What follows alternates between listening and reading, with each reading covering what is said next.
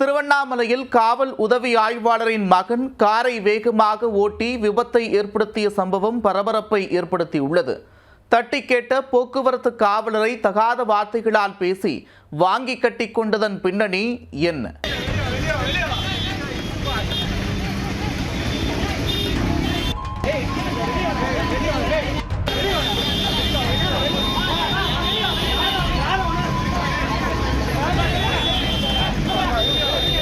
காவல் உதவி ஆய்வாளர் காருக்குள் இருக்கும் போதே காலரை உயர்த்தி கொண்டு அவரின் மகன் டிராஃபிக் போலீசிடம் எகிறிய காட்சிகள்தான் இது.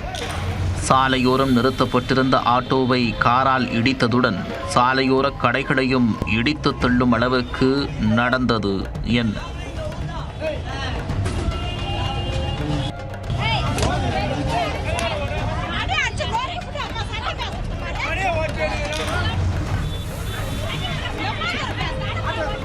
சென்னையில் உள்ள காவல் நிலையத்தில் உதவி ஆய்வாளராக பணியாற்றி வருபவர் வளர்மதி.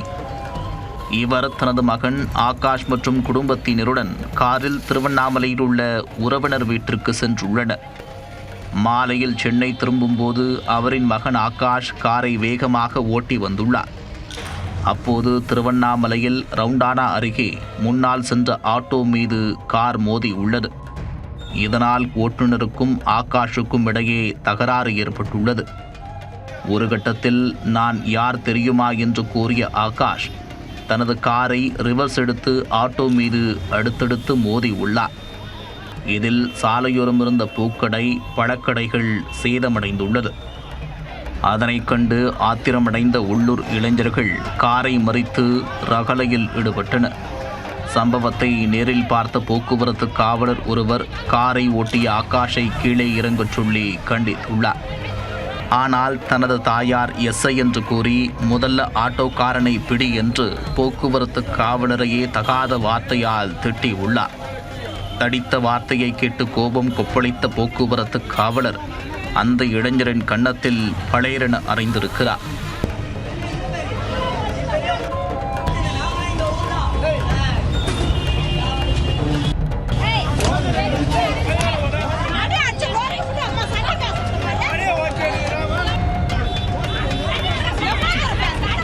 அத்துடன் குடிச்சிட்டு வண்டி ஓற்ற நீ என்னைய கேள்வி கேட்பையா என்று அவரின் தாயார் கண்முன்னே மேலும் 4 போடு போட்டார்.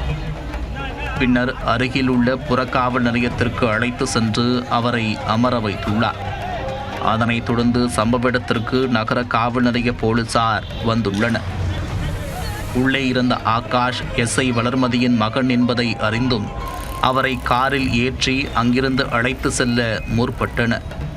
ஆனால் சாலையோர கடையைச் சேர்ந்தவர்கள் ஆகாஷை காரிலிருந்து இறக்கி தாக்க முற்பட்டனர். மேலும் காரின் முன்பக்க கதவை உடைத்ததால் பெரும் பரபரப்பு ஏற்பட்டது. ஒரு கட்டத்தில் நிலைமையை கட்டுக்குள் கொண்டு வந்த போலீசார் எஸ்ஐ மகனை தாக்கியவர்களையும் காவல் நிலையத்திற்கு அழைத்தனர்.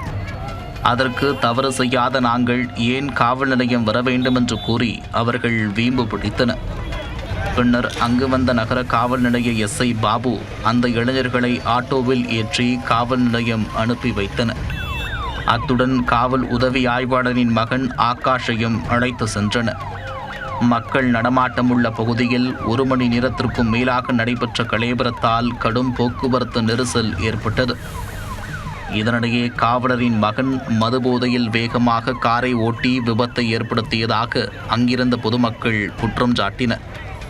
இதனால் ஆகாஷ் உட்பட அவரை தாக்க முயற்சித்த இளைஞர்களிடமும் போலீசார் விசாரணை மேற்கொண்டனர்.